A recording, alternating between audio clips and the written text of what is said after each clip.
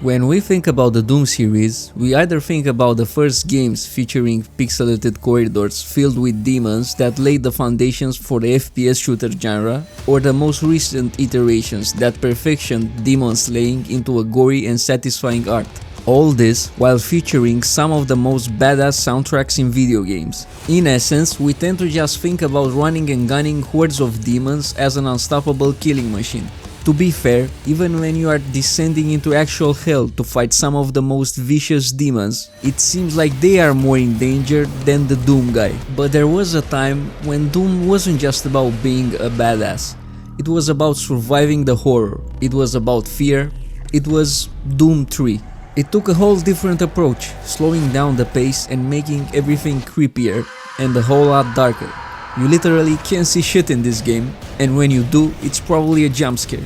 Today, we're diving into what makes Doom 3 so unique, why it embraced horror over action, and why it's one of the most divisive entries in the series. Doom 3 is the outlier of the series, taking the horror survival aspect to the forefront and creating a unique atmosphere. It's by far the scariest game of the whole franchise and one of the most terrifying FPS games. If you played it, you know what I'm talking about, and if you didn't, just give it a try, and it will hold you on edge while going through the claustrophobic dark corridors filled with surprises at each step. But to really understand why Doom 3 turned out like this, we need to go back to the early 2000s, when the first-person shooter genre was shifting towards a more story-driven approach. This was the moment when they started to prove that FPS titles could tell compelling stories, immersing players in worlds where narratives mattered just as much as gameplay.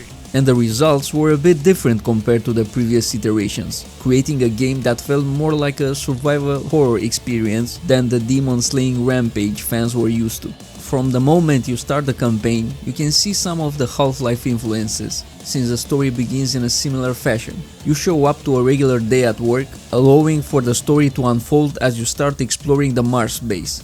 You quickly realize that this isn't just another routine day at work. There's an unshakable tension in the air, something feels off. The atmosphere is heavy, and everyone you encounter seems on edge and concerned, as if they know something you don't. Hey, you're looking for the scientist, right? I'm not sure you want to find him. You see, never mind. Eventually, everything spirals into chaos as demons begin to emerge from every corner. The once busy Mars base is now a nightmarish battleground, and you're one of the few survivors left to fight back. Your mission? Eradicate the forces of evil and survive. That's the gist of the plot without diving too deep into spoilers. Doom 3 traded the open, chaotic arenas of its predecessors for claustrophobic corridors. It swapped relentless action for moments of tension, dread, and jump scares. And instead of being a godlike killing machine, you were just a soldier, alone, outnumbered, feeling like disasters is always one step away. The heart of Doom 3 lies in its atmosphere. From the very first moments, the game pulls you into its oppressive world. The Mars base feels like a living, breathing environment, except it's not breathing anymore because, you know, demons and stuff. The sound design is haunting, with distant growls, unsettling whispers, and machinery that seems to come alive when you least expect it. And then there's the darkness. Doom 3 doesn't just dabble in dim lighting, it embraces it. Most of the game is spent navigating pitch black hallways with only your flashlight to guide you.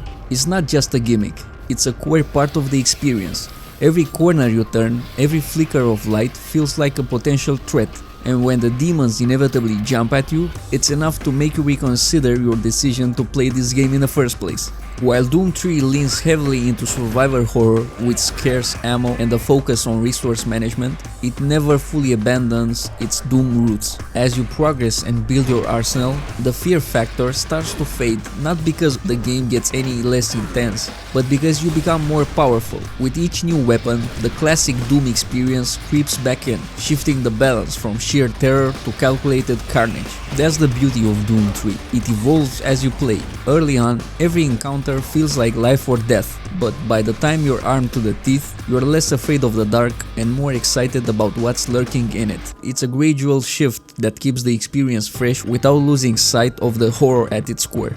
Another interesting and sometimes controversial aspect about Doom 3 is the flashlight.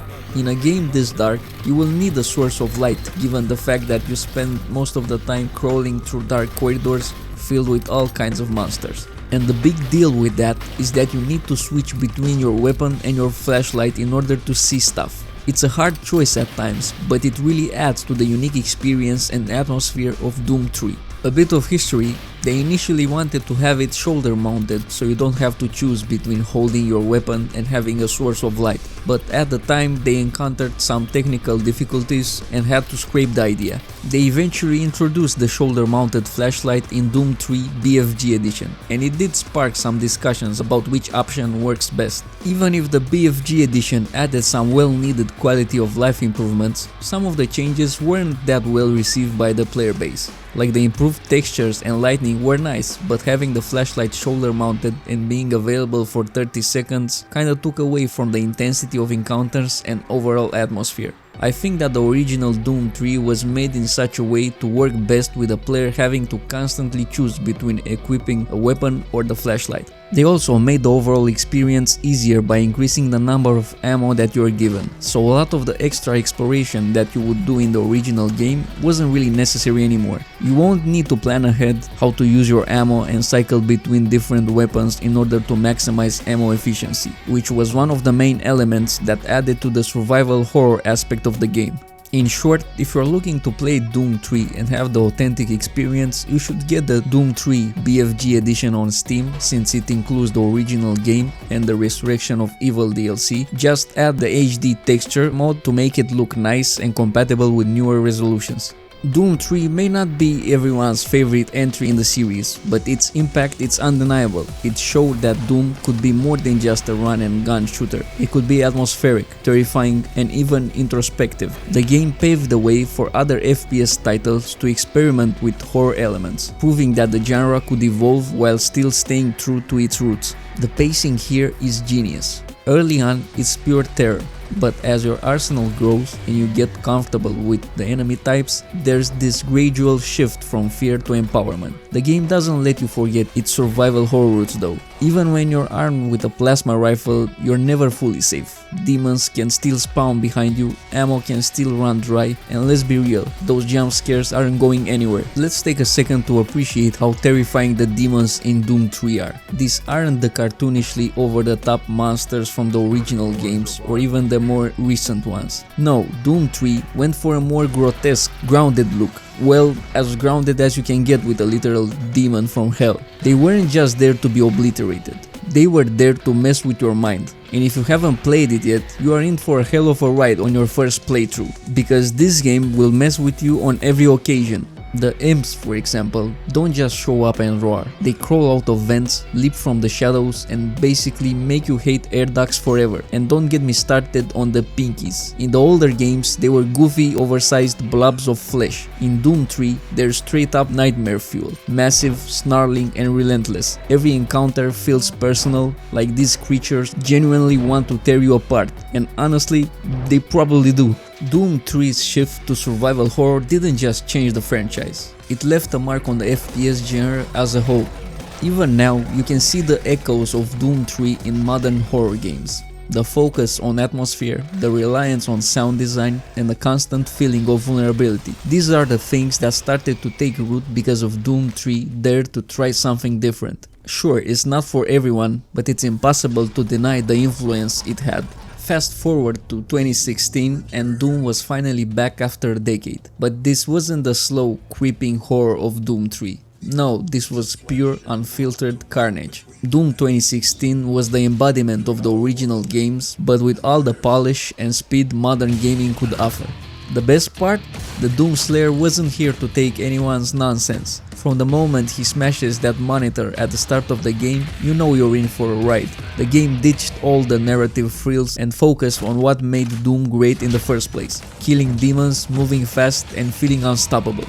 And then Doom Eternal came through. This game took everything that worked in 2016 and cranked it up to 11. The combat was faster, the arenas were more complex, and the movement mechanics were out of this world, literally because you spend a decent amount of time in space. But what really set Doom Eternal apart was its depth. It wasn't just about shooting demons, it was about shooting them in the most efficient, stylish way possible. The game introduced an intuitive resource loop, glory kills for health, flamethrower for armor, chainsaw for ammo, that forced you to constantly stay aggressive. You couldn't just camp in a corner and pick enemies off. Doom Eternal demanded that you get there and rip and tear like your life depended on it. Because, well, it did. Which brings us to the future, Doom Dark Ages. If the rumors are true, this game is going to be a massive departure from what we've seen before. Think medieval Doom, castles, knights, swords, and of course demons. It sounds insane, but then again, this is Doom we're talking about. Insane is kind of their brand.